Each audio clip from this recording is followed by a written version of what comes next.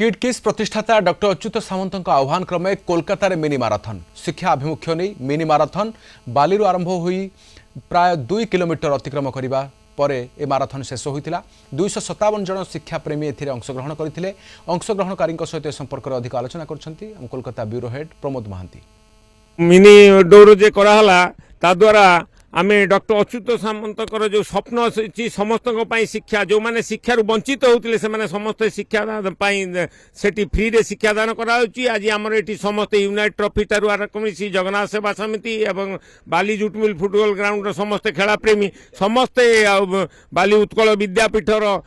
छात्र छात्री माने समस्ते एकत्रित हो आज जो माराथन दौड़ रे समस्त भाग नेले। डॉक्टर अच्युत सामंत का जो उद्देश्य है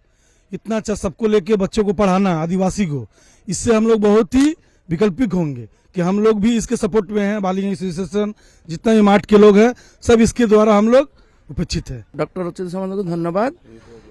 जे एक्चुअली शिक्षा बिना शिक्षार अग्रगति बिना आम संभव नहीं आम देश को आगे नापी गवर्नमेंट आम बहुत किसी